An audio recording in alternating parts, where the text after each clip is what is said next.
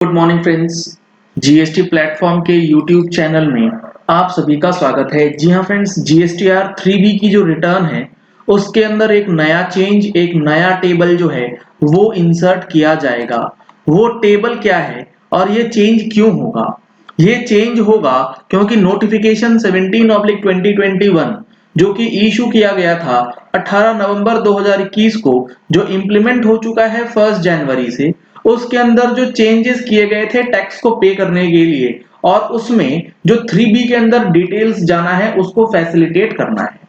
तो चेंज हुआ है, अगर आप उसकी समरी समझेंगे तो सप्लायर है X, रिसीवर है Y, और जो ई कॉमर्स ऑपरेटर है यानी कि सर्विस प्रोवाइडर जो है वो है X, सर्विस रिसीवर है Y, और सर्विस प्रोवाइडर जो है ना, सप्लायर ऑफ सर्विस जो है वो ई कॉमर्स प्लेटफॉर्म की मदद लेकर के सर्विस को प्रोवाइड करता है। जैसे कि जोमेटो, आपने ऑर्डर प्लेस किया किसी एक रेस्टोरेंट में और वो सर्विस प्रोवाइड कर रहा है जोमेटो के थ्रू।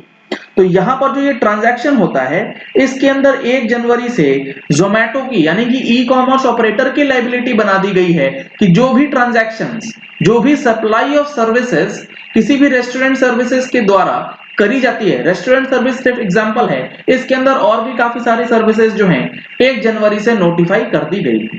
तो ये जो टैक्स लायबिलिटी की बात आती है कि इन सर्विसेज पे जो कि ई कॉमर्स प्लेटफॉर्म के थ्रू दी गई है उस पे टैक्स कौन जमा करेगा।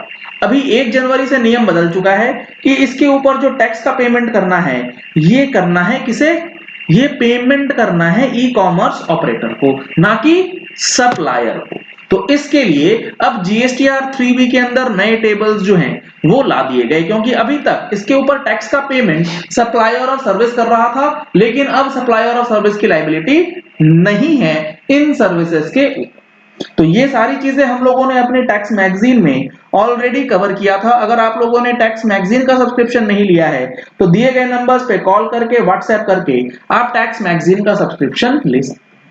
अब जो ये नया टेबल आ रहा है, ये टेबल क्या है?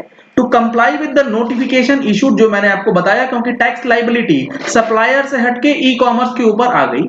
अ न्यू टेबल 3.1 कैपिटल ए, अभी तक जो टेबल है वो 3.1 है, उसके अंदर कैपिटल ए नहीं है। अब ये 3.1 capital A shall be added in 3B for reporting the supplies, जो सेक्शन 9(5) के अंदर दी जा रही है ई कॉमर्स प्लेटफॉर्म के थ्रू। अब ये टेबल 3.1A दिखेगा कैसा? ये दिखेगा कुछ इस तरीके से। डिटेल्स ऑफ सप्लाईज नोटिफाइड, जैसे कि ई कॉमर्स प्लेटफॉर्म के थ्रू जो आप रेस्टोरेंट सर्विस प्रोवाइडर्स हो गए, जो आपके कैब्स वाले हो गए, उसके अंदर कुछ लिस्ट दी गई है। उनके लिए आपको किस तरीके से डिटेल्स ऐड करना है। इस 3.1 कैपिटल ए के अंदर जो टेबल है इसमें 2 कॉलम्स हैं। पहला कॉलम है column number 1, taxable supplies on which electronic commerce operator pays tax under section 9 subsection 5, bracket में लिखा गया to be furnished by the electronic commerce operator। इसको अगर एग्जांपल से समझेंगे तो जो भी हमने एग्जांपल लिया है, X सप्लायर है, Y है रिसीवर, और ई कॉमर्स प्लेटफॉर्म है Z। अगर X ने कोई सर्विस प्रोवाइड करी है थ्रू Z यानी कि 100 रुपए की, तो इस 100 रुपए पे टैक्स का पेमेंट कौन करेगा? जेड यानी कि ई कॉमर्स ऑपरेटर। तो इस ट्रांजैक्शन को 3B में रिपोर्ट कहां पे किया जाएगा और कौन करेगा? तो जो 100 रुपए के ऊपर ई कॉमर्स प्लेटफॉर्म टैक्स जमा करेगा वो अब 3.1 कैपिटल ए के कॉलम नंबर 1 में डालेगा, क्योंकि यहां बताया गया है taxable supplies on which electronic commerce operator will pay the tax. तो 100 रुपए का अमाउंट इस कॉलम में जब इलेक्ट्रॉनिक कॉमर्स ऑपरेटर अपनी 3B भरेगा तो वो डालेगा पॉइंट नंबर 1 में टैक्सेबल वैल्यू कितनी है और उसके अंदर टैक्स आईजीएसटी, सीजीएसटी और सेस का कितना है।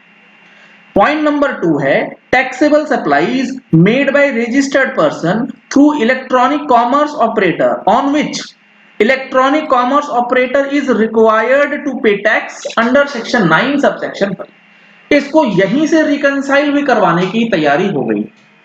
ई कॉमर्स ऑपरेटर भरेगा पॉइंट नंबर 1, और इसी एग्जांपल में जो हमारा सप्लायर है X, सप्लाई तो वो भी कर रहा है, कहीं ई कॉमर्स ऑपरेटर अपनी लायबिलिटी बचाने के लिए 3.1A का कॉलम ना भरे, तो इस चीज को ट्रैक करने के लिए इस 100 रुपए की वैल्यू को जो ये रेस्टोरेंट है इसको भी भरवाया जाएगा।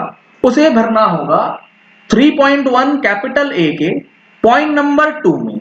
यहां लिखा गया है to be furnished by the registered person making supplies through e commerce operator. बहुत ध्यान से, जो रेस्टोरेंट सर्विस प्रोवाइडर्स हैं उनको मैं एग्जांपल ले रहा हूं, ये रेस्टोरेंट सर्विस प्रोवाइडर्स का, जो ई कॉमर्स ऑपरेटर्स जो सर्विसेज लिस्टेड हैं उन सब के लिए ये चीजें लागू हो जाएंगी। तो यहां पर आपको 100 रुपए भरना है रेस्टोरेंट वाले को और वही 100 रुपए भरना है ई कॉमर्स वाले को, क्योंकि ई कॉमर्स वाले को टैक्स जमा करना है और जो सप्लायर ऑफ सर्विस उसे ये रिपोर्ट करना है, इसके ऊपर टैक्स जमा नहीं करना है। टैक्स वाला अमाउंट यहां पे ब्लॉक किया गया है। तो ये दो नए टेबल्स अब जीएसटीआर 3B के अंदर डाल दिए गए हैं, जिसमें आपको अपनी वो सर्विसेज जो इलेक्ट्रॉनिक प्लेटफॉर्म्स के थ्रू दी जाती हैं उसकी रिपोर्टिंग करनी है। यहां बताया गया है in row 1 the electronic commerce operator shall be required to report the supplies on which they are liable to pay tax. मैंने आपको बताया इलेक्ट्रॉनिक कॉमर्स ऑपरेटर की लायबिलिटी है, उसे टैक्स पे करना है तो 1 में डालेगा और टैक्स का पेमेंट कर देगा। अगर खुदा ना खास्ता ये टैक्स जमा नहीं करता है तो इसको ट्रैक करने के लिए पॉइंट नंबर 2 डाल रखा है कि भैया सप्लायर ने डाला है 100 रुपए तो ई कॉमर्स ऑपरेटर ने टैक्स जमा क्यों नहीं करा, वो यहां से पता लग जाए। The details so added shall be added to the liability under reverse charge के अलावा जो टेबल्स हैं, अदर देन रिवर्स चार्ज के अलावा जो लायबिलिटी है उसके अंदर इसे ऐड कर दिया जाएगा और ये लायबिलिटी सिर्फ और सिर्फ कैश के अंदर ही पे होगी। ये जो लायबिलिटी है 3.1 कैपिटल ए पॉइंट नंबर 1 के अंदर ये कैश से ही पे होगा, ये आप क्रेडिट से पे नहीं कर सकते। जो आप 3.1 इस पॉइंट नंबर 1 में डालेंगे कैपिटल ए के, इसमें से जो अनरजिस्टर्ड इंटरस्टेट सप्लाईज हैं उसे 3B के टेबल 3.2 के अंदर एज यूजुअल जो अभी आप डाल रहे हैं वो आपको डालना है। आगे इसमें बताया गया इन रो 2 the registered person making supplies through e-commerce operator shall be required to report the supplies which are made by them through e-commerce operator। अब जो ये सप्लायर है, जो रेस्टोरेंट है, ये कुछ सर्विसेज दे रहा है ई कॉमर्स के थ्रू, कुछ सर्विसेज दे रहा है विदाउट ई कॉमर्स, यानी कि खुद से बेच रहा है। तो जो खुद से बेच रहा है उसे वो नॉर्मली जो अभी डालता है जिस फिगर में 3.1 स्मॉल ए के अंदर वही डालेगा। सिर्फ ई कॉमर्स वाले ट्रांजैक्शंस को जिसके ऊपर टैक्स उसे नहीं भरना है वो डालना है पॉइंट नंबर 2।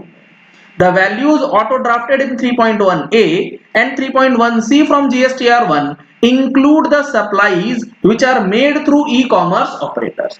तो जब रेस्टोरेंट प्रोवाइडर्स जो रेस्टोरेंट वाले हैं वो अपनी GSTR 1 भरते हैं उससे डेटा पॉपुलेट होगा 3B के अंदर और 3B में जो हमारा ऑलरेडी एग्जिस्टिंग टेबल है 3.1A और 3.1C उसमें वो फिगर ऑलरेडी ऐड हो रहा होगा, चाहे वो इलेक्ट्रॉनिक ऑपरेटर्स के थ्रू है या विदाउट इलेक्ट्रॉनिक ऑपरेटर्स है।